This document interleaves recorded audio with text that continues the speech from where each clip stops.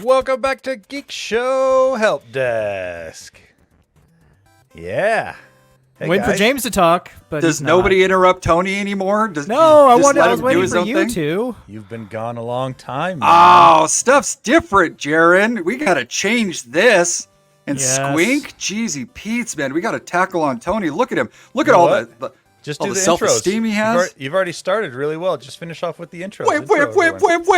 Welcome to Geek Show, whatever our new name is. My name is James. You can catch me Helpdesk, I said here or on Twitter or on X or on TikTok or on Instagram at JDD Jensen. On to the square right to my right, Squinky.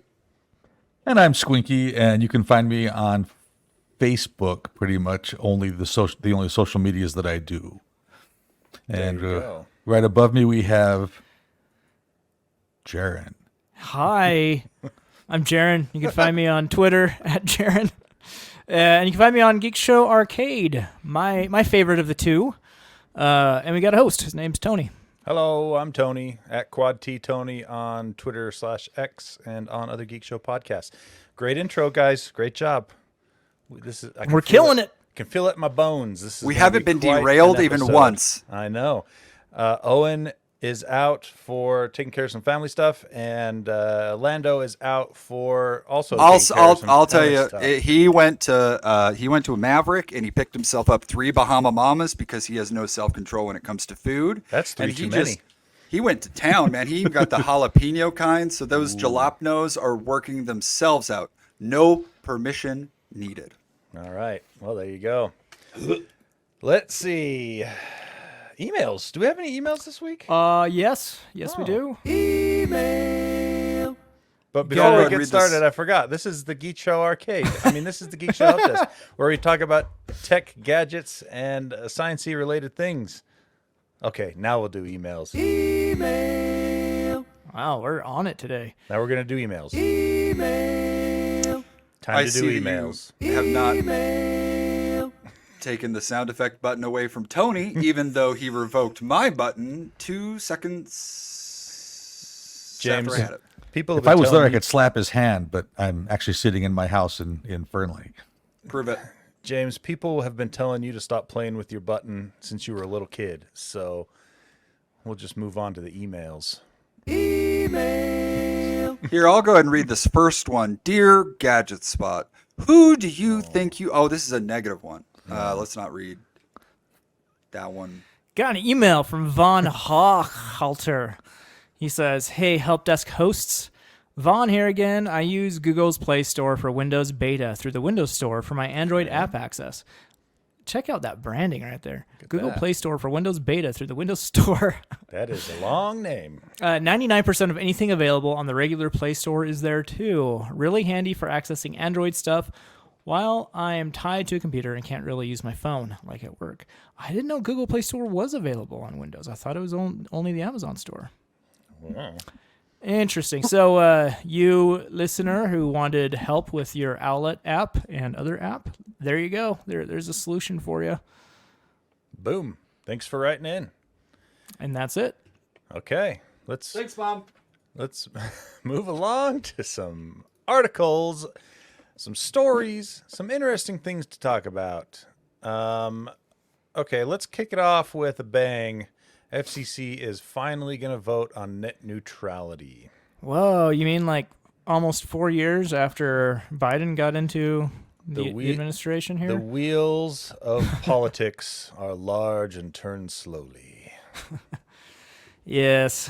Finally, on the April 25th meeting, the FCC is going to vote on net neutrality.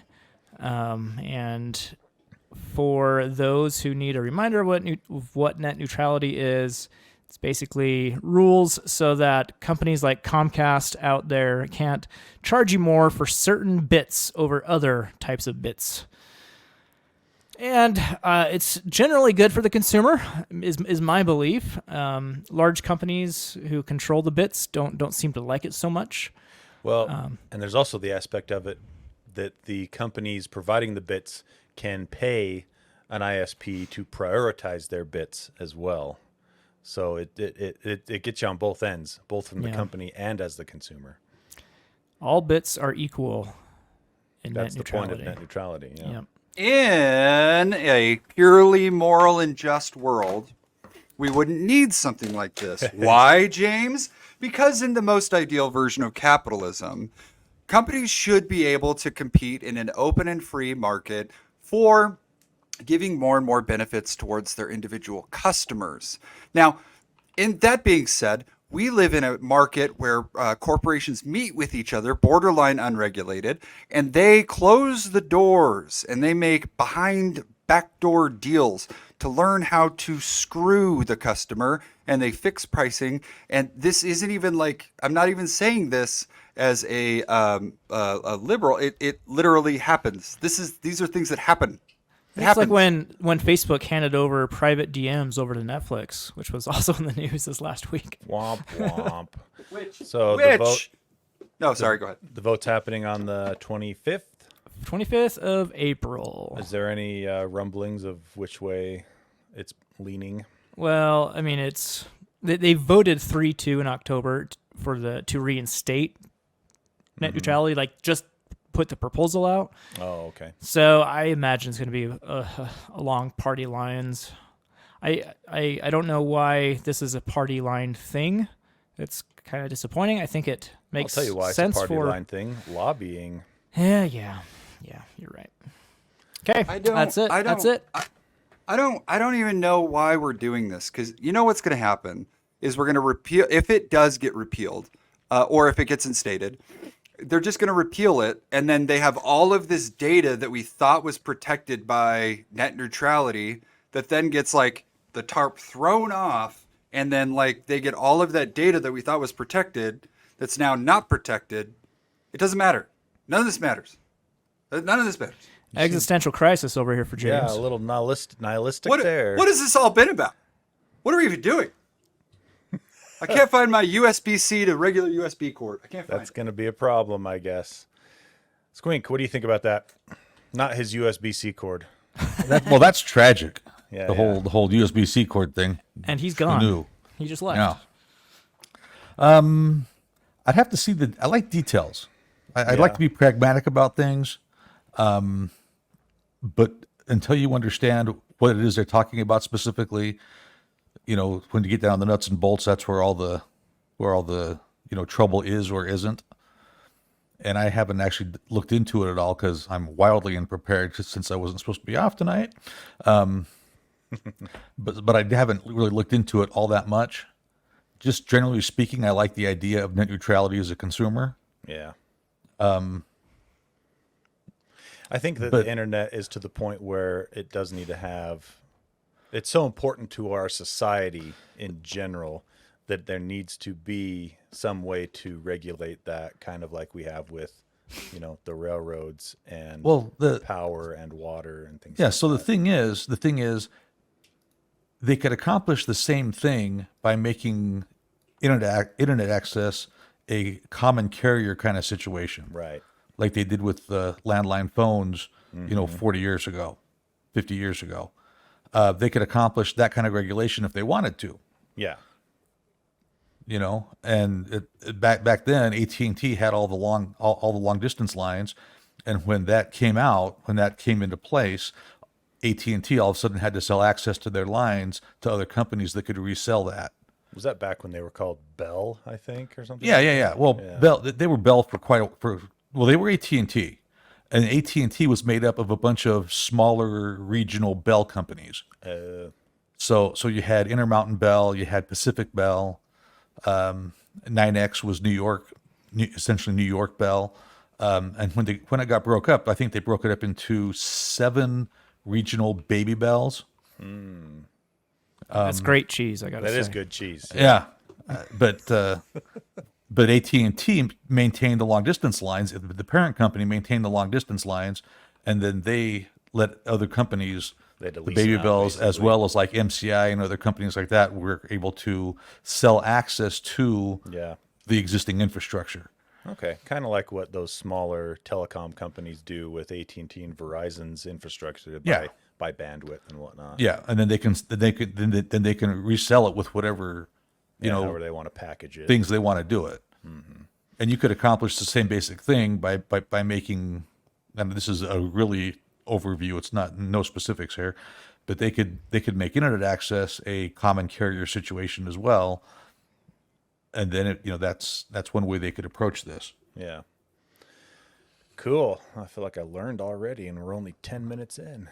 I'm sorry. I didn't come here to learn. I learned today. That's why I'm off. Ah. All right. Let's move along to. I titled this story, "I Feel Bad for Qualcomm." What? Because the company who wouldn't iterate on processors forever in smartwatches, and the problem is they are finally, and they're doing it in a way that I think is going to bite them in the butt. What? A big company not listening to what they need to do. Go figure. Gasp. So we've talked about the Snapdragon X Elite SoCs that Qualcomm has been baking for Windows laptops and things like that, and there's a lot of hype around these.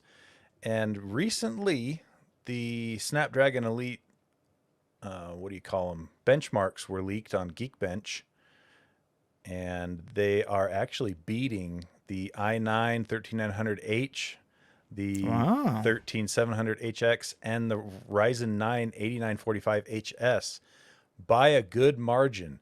It's their single core performance is a little bit better, but their multi-core performance is 40% better. And the reason I say I feel bad for Qualcomm is because they're basing all of this work and effort and engineering that they've done on the hopes that Windows ARM is going to get better or be re-released in a better form. And I just don't think Microsoft is going to deliver. And they're going to have built this product that just doesn't get used, What if Microsoft pulls one out? Oh man, I hope unexpectedly? they do, because I think ARM architecture is really, really neat. Having seen what Apple has been able to do with their ARM architecture SoCs for their laptops and iMacs and whatnot, and NVIDIA has been making ARM architecture SoCs for data centers and things like that for years that have been really good.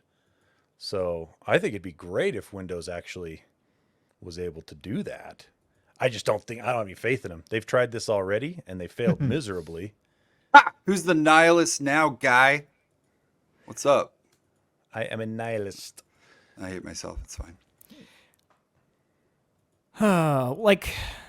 This would just be so fantastic, because if Microsoft can make ARM on Windows work, imagine the kind of gaming devices that we could get from NVIDIA. A pure NVIDIA chipset, Yeah. NVIDIA CPU, which they do well. Their ARM CPUs are very performant, and then NVIDIA GPU baked into there as well. We could have like a Nintendo Switch, but only like modern instead of 50 years old, like the current Nintendo Switch is. Yeah, it would be awesome. Yeah. Because not only are these more powerful than the x86 stuff, that they are way more power efficient. So you'd get the awesome battery life too. Mm-hmm. So anyway, that looks really cool coming from Qualcomm. We'll see what happens. I really do think, though, it's going to 100% depend on Windows ARM compatibility and efficiency. So we'll see. Speaking of Windows, what? No, that makes sense. Yeah. Speaking of Microsoft and Windows, this is an interesting little article. I don't really get how they're going to do it, though, but apparently they have patented a pixel dimming technology for LCD monitors.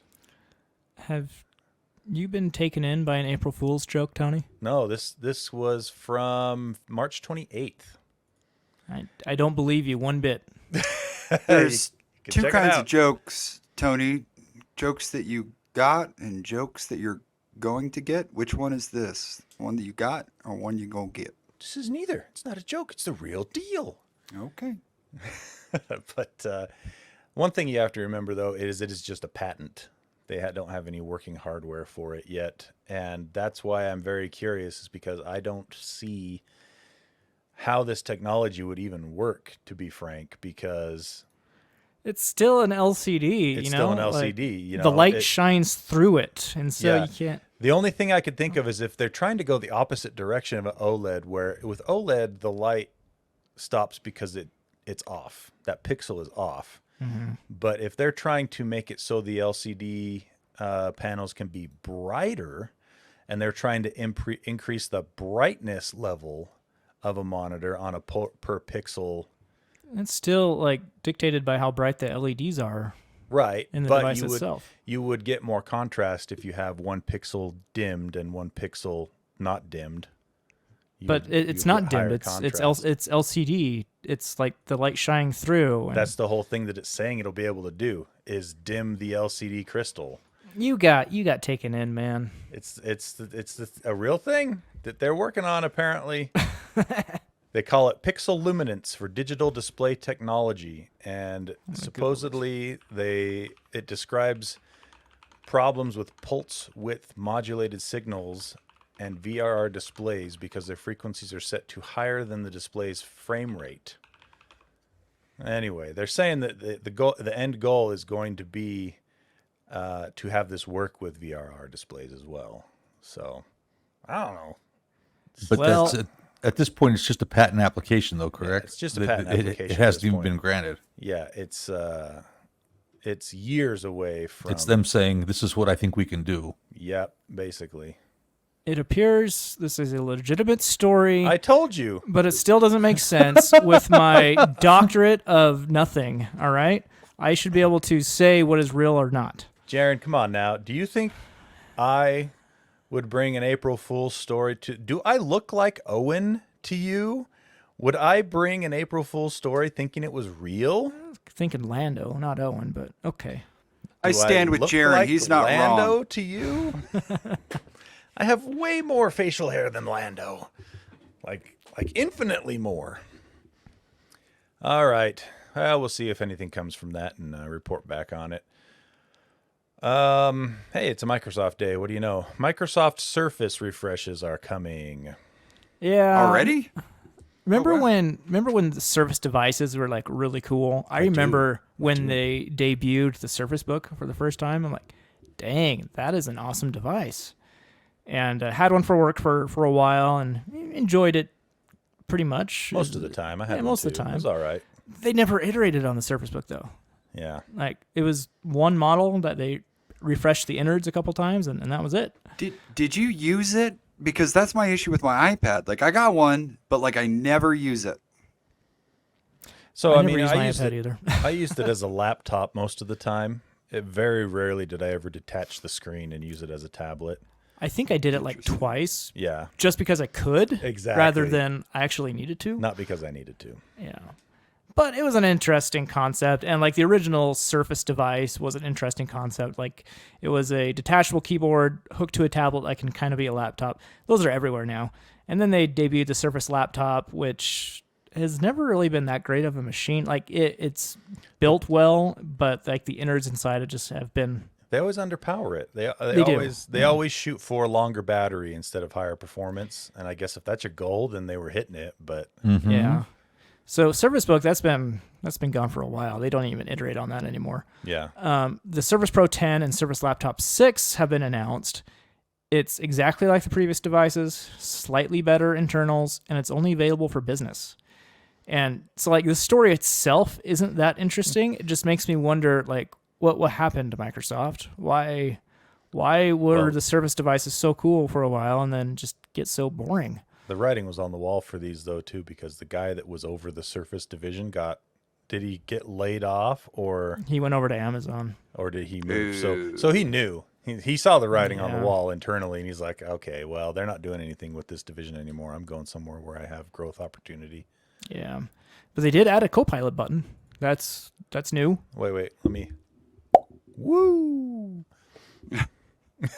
Yep. Yeah. That was fun. You explained it. It was like a carnival ride for everybody. I know. I must say, I've been underwhelmed by Copilot for Office. I haven't even farted around with it. I haven't even used it at all. It's useful maybe a couple times a month. And when I say useful, I mean like barely useful. Here's the thing. ChatGPT did such a good job because I don't feel like they had a big blowout conference talking about all the features that they want to have. They let people decide what they thought about it, right? Versus I feel like when Copilot, when they announced it, it was this really cool, like, holy crap, like I don't have to learn anything in Excel anymore. It's going to do everything for me. Not even close. I know. I still have to learn it. I put off Yeah, learning it because like- I believed you. I They- believed you, Copilot. Copilot for Excel is almost worthless because you have to have autosave on, which I don't like doing because I like to control when I save my file because I create many You don't duplicates. like autosave? No, because like I love autosave. I create so Yeah. many variations on a certain file that if I have autosave on, I'll lose like what the real file is. I want to come and spend a day with you just to see the amount of control that you need on your day. That sounds like a Jaren problem. It's an accounting problem, power user problem, I'll say. And also, you have to convert all your data to a table for Copilot to even work. Okay, and so that, that's a different story. Yeah. that is a no for many tables. It just messes up your formulas. Like you can't. Ugh. Anyway, Copilot for Excel, disappointment. Copilot is a disappointment. Microsoft, you lose. Do better. When you have as many resources as you do, it's interesting to see a company slow down this much, and where you have the smaller companies like overtake them with things that, I mean, it's. I Well, part of guarantee that- there's a smart enough guy there that if they just empowered, Yeah, I was going to say part of that is the small companies are focused on one or two things. These large companies are, trying to put their fingers in every pie. Well, they But they can assign a few people to be focused on a couple Yeah, things. that's it's true. just the bureaucracy behind that Yep. doesn't make it. you have incompetent people that don't want to. There's no like. What Who's the is- nihilist now, James? Oh, it's always been me. There's no value in underling, like, I don't know. There's no way of acknowledging, like, dude, this person has their shiz together. They know what they're doing. Let's give them all of the resources, because then that just makes their supervisor look bad. And who doesn't not want to be in power? And that goes along with the problem I think that corporate America has, where they promote people that are good performers and not people that are good with people, not people that Leaders. are good managers. Yeah. You need to be a little bit of both. You have to be able to perform too, but they should weigh does this person seem like they would do a good job at this job factor a lot more than they actually And do. usually managers are paid more, which motivates So people it- to want to be a exact- manager when exactly. you don't have managerial skills. Yep. Leaders are chosen. Managers are appointed. Put that on a t-shirt. I don't have it in me. What was I going to say? Oh yeah, I had a CEO once of a large company that I worked at, who said in a company town hall that this is pretty much verbatim. We all know that there's only like 3 or 4 people here that are innovative. Everyone else is here to support them. And this was a company of 5,000, 8,000 people at the time. It's like, oh, so Okay. that's what you think of all of us. Okay. I don't know if you can see somebody killing morale, but yeah, exactly. that's That got to was be as it. close to like murder as you can get. He did that a few times with a few different things he said, where I was just like, wow, you are This is the guy I don't want to work for. you are tone deaf, King my Douche friend. of Is Shiz this Mountain. the African safari guy? Yeah, same guy. Oh, anyway. Oh, you know, Greg, Tried to relate to the people by talking about his African safari. African safari he went on a few months ago. It's like, Sweet. oh, okay. Did he shoot pictures or did he shoot animals with guns? I don't know. I'm gonna let you guess. He meandered off into another subject pretty quickly. So, I mean, because I'm fine with either way, but all Or right. did he Anyway. hunt people? Is he one of those kind of people? No, he's not that wealthy. No, he's not. He's not. I hunt humans for sport wealthy. No. That's You got another pretty level. hair. Time to start hunting. Ugh. Let's see. There's an update to the Google Incognito lawsuit. Now, this has been going for like 4 years so far. Basically, a class action lawsuit saying Google was not clear enough that incognito mode does not actually, keep your data private from them. What? Yeah. Who thought that? One it second. did? James, you got to go put a request in to have something deleted from from Google. Google won't send it to your wife. Google just wants it for themselves. That's true. Oh, okay. Yeah, we're yeah, good. you're We're good, man. You're We're good. good. So, I'm all worried there. this was a class action lawsuit filed in 2020 that was requesting or suing for $5 billion in damages. Wow, that's Who- that's big for even Google. Yeah. Who gets that money? So Lawyers. Mostly the Yeah. lawyers. Anyone that signed up under the class action lawsuit would get some of that money, and that could, validate or prove that they were affected or could have been affected by using this product. And how'd you do that? You tread out your internet history you don't want anybody to know about. They get it either way. See, I did all this, and Look at this. This was Look at these all sites. incognito. You think I want people? You think I want people knowing I went to these sites? It's supposed to be incognito, and I wasn't. That's the problem though. You don't have that data. Only Google does. Yeah, that's true. What Because if my the whole wife point- found out about this? The actual whole point of the incognito browsing is to turn off any tracking and history data locally on your machine. It doesn't actually hide your data from the ISP or the, Google or anything like that. What? So it's just for local. Yep. See, now that that was was not made that clear was to me. exactly that was what part of the lawsuit stated, was that is not clear. And so initially the suit asked for $5,000 in damages per user for alleged offenses. That'd be nice. Yeah, wouldn't it be? I could buy a scooter. Pocket a little extra dough, $5,000 right buy there. a new watch. A nice watch. I'd probably just blow it on computer parts. Yeah, totally. Get your kids into computer gaming. They won't have any money for drugs. It's perfect. You Or said time that for drugs. sarcastically, but I'm going to actually take that advice. I stole that joke because online I saw it. Get your kids into Magic the Gathering cards, because then they won't have any money for drugs. But same idea. So the Google tried to get this lawsuit dismissed in 2021. It failed. And the judge at the time, Lucy Code, said that Google did not do a good enough job notifying the customers that it was still collecting data, even when incognito mode was active. Now, in discovery, they were able to find some data from some of the emails from Google that they brought out. Stated basically that private was the wrong term for incognito mode because it risked exacerbating known misconceptions. So they knew in 2019 that there was already a lot of misconceptions going on about what private browsing actually meant.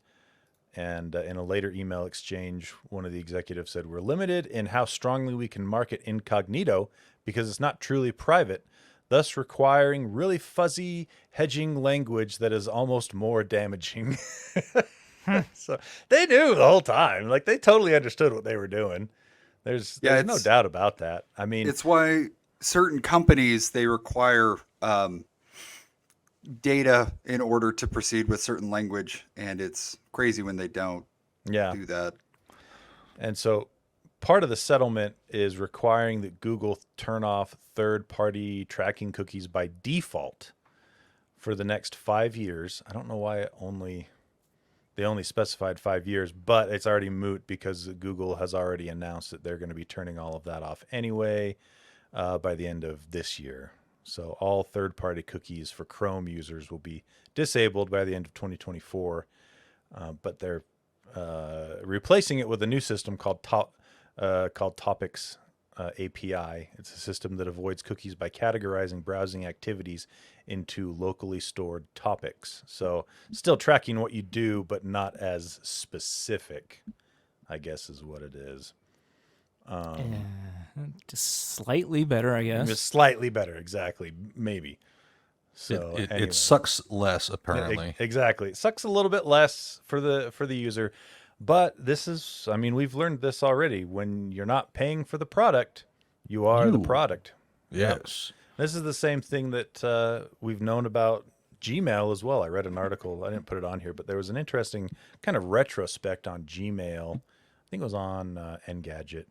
Talked about basically, even back when Gmail was first barely launched, it was clear that they were luring us in by offering a web-based email client that had way more storage than any other one and was much more useful and lightweight, all for access to the data in the client, in your Gmail box. Everything you put in your Gmail account is scanned by Google. I mean, if you don't already know that already, well, surprise, anything you put in your Gmail account is scanned by Google. Yeah, because but it's so hard to change an email address. that's the thing. I still use one of my email addresses from 8th grade. Well, you would Yeah. think that with that, they'd have better searching tools in email as well. And that's the whole reason they do it is so, well, I mean, that's what they tell us why they do it, is so they can quickly search your email, even based on what the content of the email is. And then they've integrated things like, scheduling assistance and stuff like that. So you can, it can recognize, hey, this is a email that has a movie ticket confirmation. And that's when it says, do you want us to put a Google Calendar event on your Google Calendar for you? You know, that kind of stuff. So it's a trade-off. We're trading our privacy for convenience. And for a lot of folks, that's fine. I mean, I'm one of them. I use Gmail all the time. I don't care. They can see that I ordered some new parts for my K1 Max from China. There you go. More like KY Max. Oh! Oh, Was that a loop? Donnie needs that lube. Was that a Yeah, lubrication he does. joke? The big guys Yeah. stuff. 55-gallon drum, baby. I don't get it. Woo! Make it all slick. Let's see. Moving along. What is this Utils, Jaron? I'm not familiar with XZ this. Utils? Yes, XZ Utils. Sorry. The XZ Utils backdoor. This is a Wait. We crazy just got done talking story. about lube. We don't need to go backdoor. Yeah, we do. Keep it going, Jaron. Okay, James, you Drive and it me. home. All right. Don't drive it home. Yeah. Talk about how they pegged us. Don't. Good. Still a It's family not- show. It's not Make eye National contact. Women's Day. You don't need to talk about that. No, actually, today is National Autism Awareness Day. Fun fact. Is it really? I think National Burrito Day is today too, actually. I had a burrito for lunch on the way home from town. I'm going to look it up now. Jaron, as you talk, I I'm celebrate going privately. Okay. see- All right. National Autism Day. This has been a very interesting story in security news the last couple of days. Cryptography engineer Filippo Valsorda said this might be the best executed supply chain attack we've seen described in the open. And it's a nightmare scenario. Malicious, competent, authorized upstream in a widely used library. So what happened was... Wait. Update. Today is National Autism Awareness Day. I was 2 days early for Burrito Day. That's on the 4th of April. National. was a close That's one. important. So yeah, on the 4th, everyone, go get a burrito. Okay. Brought All to you right. by Burrito Makers of America. And Betos. Yo quiero Betos. Jaron, would you like to Anyway. continue? Yes, I would. Anyway, so this was a backdoor in Here we go Linux. So I had Got a little too excited about all this backdoor talk. I had something in my chest coming out. I'm so glad you having a heart didn't say attack right now? throat. It kind of felt like it. Anyway, so the person behind this project, this article says they likely spent years on it. Years. On They the were backdoor? yes, years. At that point, do you think they would, because they didn't actually insert it, that it would be more like a back porch situation? Yeah, just a back porch for now. So this required social engineering. To Create- make this? to implement it into Linux. Oh, into Linux. Wait, Yes. social engineering, what does that mean? Like he got to know some people? So he actually like came outside? Basically, yeah. Email via email and chat, I'm sure. He had to gain trust of the main person who maintained the Utils utility in Linux, and convinced everyone else that he wasn't updating the project quickly enough. And so then he became the main updater to this utility, Wow. pushed these code changes, got other people to say, yeah, this looks good, and convinced major Linux distros to implement it into their main OS. This is like some Mission Impossible level stuff for nerds. Yes. Holy So moly. he deserves it, is what you're saying. Yeah, totally. It took years to worked implement hard. this. And this was a backdoor into SSH. And this would have been installed on probably billions of devices throughout the world eventually. So what fork of Linux did it specify on here that it's using? Does it say? Or just the main Linux kernel that everything else is built off of? Debian, Okay. which is That's the Big? main one. Yeah, that's The main That's a one. We big got one. it. yeah. It listed a few others. I can't find it on the article. If you want to find it, that's fine, Tony. So anyway, how this was discovered, it was Debian's a system.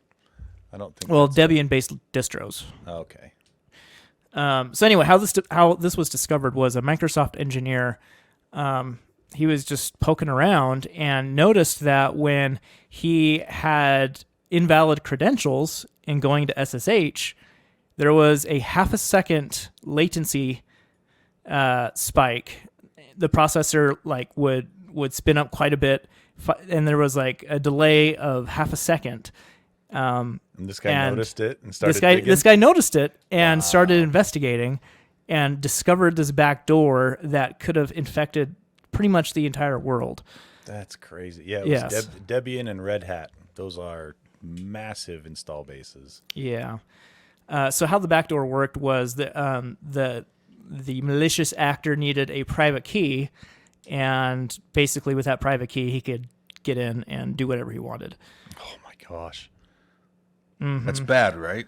Oh man, especially when Okay. you consider these are the OSs that are on all the majority of servers in the world, business servers, game servers, business servers, Probably government. government servers. servers, everything in the data.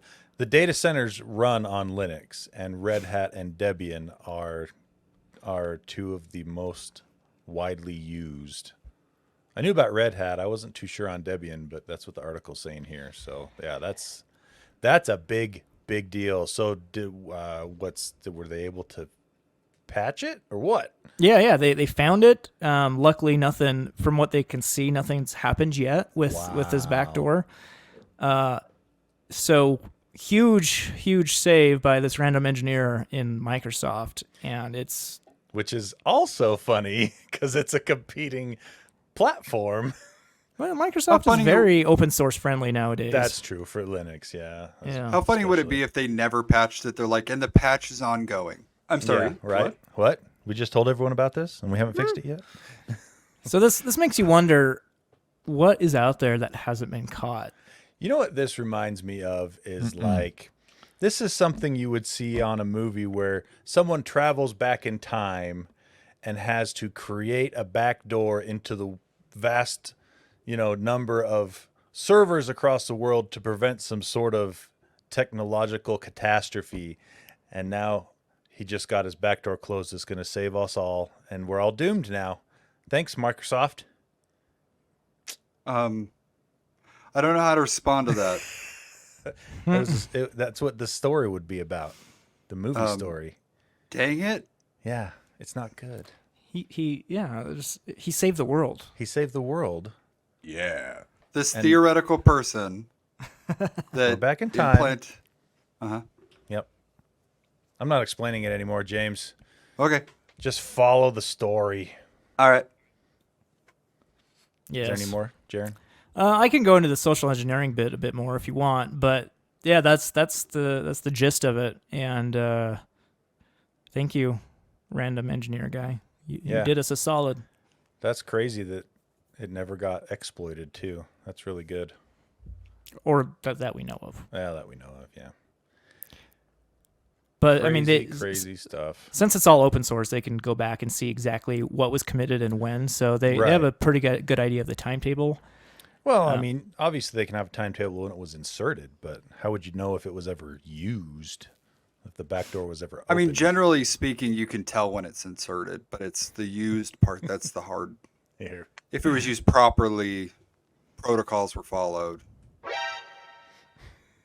In the back door. in the back door. In the back door. All right. And last but not least, this is a really interesting article I found from earlier in March. It is a startup company called Interloon, and they're trying to become the first private company to mine the moon of its natural resource of helium-3. What is helium-3? Helium 3 goes in balloons, generally speaking, at children's parties to bring happiness. That is a big market. Yeah, huge. It's less buoyant than the air that we breathe, but it is more buoyant than other elements. So there is, yes, James, well done.